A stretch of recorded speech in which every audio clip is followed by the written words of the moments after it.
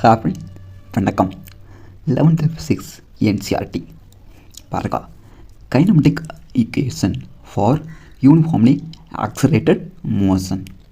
அதாவது இப்போது கைனமெட்டிக் அப்படின்னா என்ன? ஒரு கார் மூவ் ஒரு ரோட்டில், ஓகேவா? அந்த மூவ்மெண்ட்டுக்கு என்ன காரணம் அப்படிங்கிறது தெரியல அப்படின்னா அதுக்கு பேர் தான் கைனமெட்டிக், ஓகேவா? ஸோ மூவ்மெண்ட்டுக்கு என்ன ரீசன், மோஷனுக்கு என்ன காரணம் அப்படிங்கிறது தெரியல. ஸோ அதுதான் கைனமெட்டிக், ஓகேவா? இப்போது இந்த காரோட மூவ்மெண்ட் இருக்குல்ல, மோஷன், இதுக்கு இருக்கிற வெலாசிட்டி, டிஸ்டன்ஸ், ஸோ இதை கண்டுபிடிக்கிறது தான் கைனமெட்டிக் ஈக்குவேஷன், ஓகேவா? இந்த ஈக்குவேஷன் அப்படிங்கிறது எதை மீன் பண்ணுது அப்படின்னா வெலாசிட்டி ஈக்குவேஷன், அப்புறம் டிஸ்பிளேஸ்மெண்ட், அந்த டிஸ்டன்ஸ், அதோட ஈக்குவேஷன், அதுதான் மீன் பண்ணுது, ஓகேவா? எதுக்காக அப்படின்னா யூனிஃபார்ம்லி ஆக்சலரேட்டட் மோஷன், அதாவது ஒரு கார் சீரான வேகத்தில் போய்கிட்டே இருக்குது அப்படி, ஓகேவா? ஓகே, ஸோ அதுக்கான கைனமெட்டிக் ஈக்குவேஷன். ஓகே, நான் சொல்கிறேன். For uniformly accelerated motion we can derive some simple equation that relate displacement x சொல்கிறேன், டைம் டேக்கன் t அப்படிங்கிறது இருக்குது. ஸோ இது தெரிஞ்சுக்கோங்க, ஓகேவா? Initial velocity v0, final velocity v, ஓகேவா? ஃபைனல் வெலாசிட்டி v எஃப்னு கூட போடலாம், ஸோ வின்னு கூட போடலாம், இதெல்லாம் சேம் தான், ஓகேவா? இந்த ஈக்குவேஷன் இதை ரிலேட் பண்ணி தான் இருக்கும் இந்த 4 டேமையும், ஓகேவா? 4 டேம் வந்து ரொம்ப ரொம்ப முக்கியமானது சம்ஸுக்கு, ஓகேவா? இதை பேஸ் பண்ணி தான் நிறைய கொஸ்டின்ஸ் கேட்பாங்க. சால்வ் பண்ணதுக்கு ஈஸியாக இருக்கும். இந்த ஃபார்முலா தெரிஞ்சு அப்படின்னா சம்ஸ் சால்வ் பண்ண ரொம்ப ரொம்ப ஈஸியாக இருக்கும். ஓகே, இப்போது வெலாசிட்டி ஸ்டார்டிங் ஃபார்முலா இதுதான், ஓகேவா? இப்போது நம்ம இது பார்க்க வேண்டாம். மெயின் ஈக்குவேஷனே டெரைவ் பண்ணி லாஸ்ட்டாக கொண்டு வந்துருப்பாங்க, அது இந்த ஈக்குவேஷன் தான், ஓகேவா? வெலாசிட்டி, டிஸ்பிளேஸ்மெண்ட், திரும்பியும் வெலாசிட்டி. ஓகே, இப்போ நீங்கள் இங்கே உள்ளதெல்லாம் வேண்டாம், ஓகேவா? இதை பாருங்கள், இந்த டெரிவேஷன் பாருங்கள். இதில் அங்கே கொடுத்தது தான் இங்கே கொடுத்துருக்காங்க, ஜஸ்ட் என்ன டெரைவ் பண்ணி கொண்டு வந்திருக்காங்க, அவ்வளோதான். அதே ஈக்குவேஷன் தான் இங்கேயுமே உண்டு. ஃபஸ்ட்டு பாருங்கள்.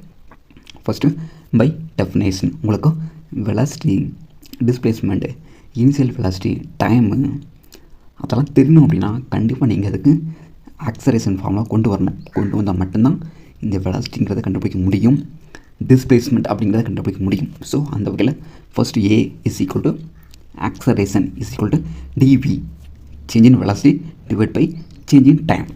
எவ்வளோ ஸ்பீடில் இந்த டயத்தில் இந்த ஸ்பீடில் இந்த காரை போகுது அப்படின்னு சொல்கிறோம்ல, அதாவது அதோட ஸ்பீடு வந்து இங்கே எவ்வளோ இருந்துச்சு, இங்கே எவ்வளோ இருக்குது, அந்த change in speed with respect to time, அதான் ஆக்சலரேஷன் அப்படின்னு சொல்லுவாங்க. டிவி டிவைட் பை டிடி, ஓகேவா? இதை அப்படி என்ன செஞ்சுருக்காங்க, மாற்றி எழுதியிருக்காங்க. இந்த டிவி இந்த பக்கம் வந்திருக்கு, இந்த ஏ இந்த பக்கம் வந்திருக்கு, ஏ டிடி, ஓகேவா?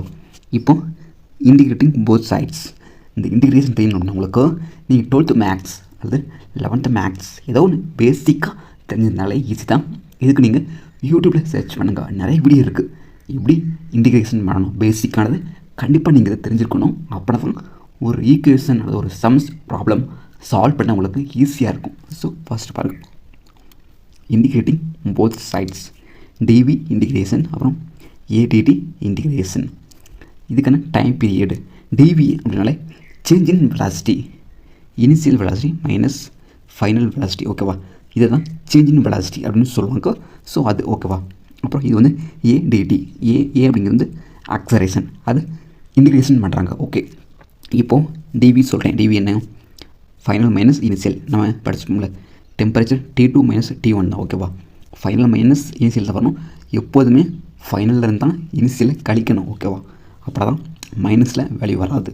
ஸோ அதுக்காக பாருங்க, இனிஷியலுங்க போட்டால் V0, V அப்படிங்கிறது வந்து ஃபைனல், ஓகேவா? ஈக்குவல் டு ஏடி. இது இன்டிகிரேஷன் பண்ணியிருக்காங்க. இந்த ஏ அப்படியே தான் வரும்.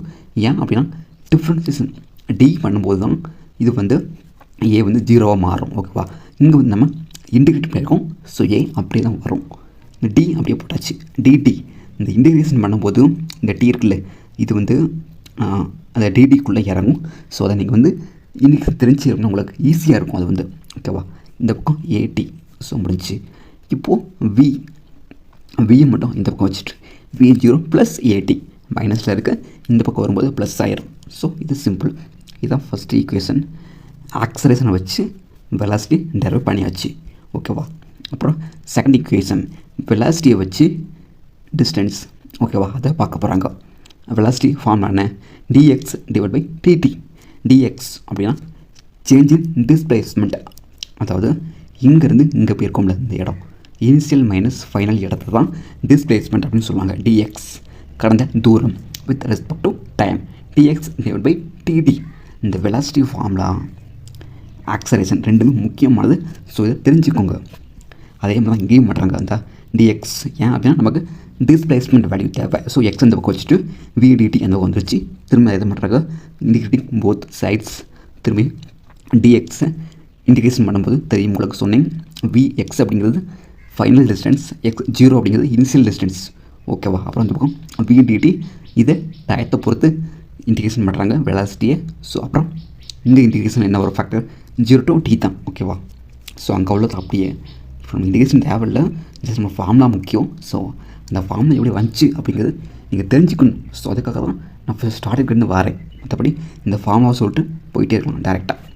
ஸோ அவ்வளோதான், ஜஸ்ட் என்ன சப்மிட் பண்ணுறாங்க. இதுக்கு நீங்கள் இண்டிகேஷன் எப்படி பண்ணணும் அப்படிங்கிறது உங்களுக்கு தெரிஞ்சாலே போதும், ஈஸியாக இந்த ஸ்டெப் கொண்டு வந்துடலாம் ஓகேவா. இங்கே என்ன விக்கு பார்த்தோம்ல, இந்த வி ஈக்குவல் v0 ப்ளஸ் ஏடி அப்படிங்கிறது பார்த்தோம்ல, இதை சப்மிட் பண்ணுறாங்க. இங்கே அப்படியே பண்ணலாம் விக்கு பதிலாக.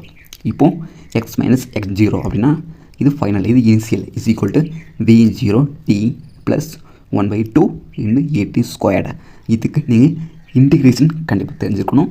அப்போ தான் இந்த டி இங்கே சப்மிட் பண்ணும்போது இந்த 1/2 ஏடி ஸ்கொயர்டு வரும். ஸோ அதுக்கு நீங்கள் இன்டிகிரேஷன் கூட பேசிக்காக தெரிஞ்சுக்கணும்.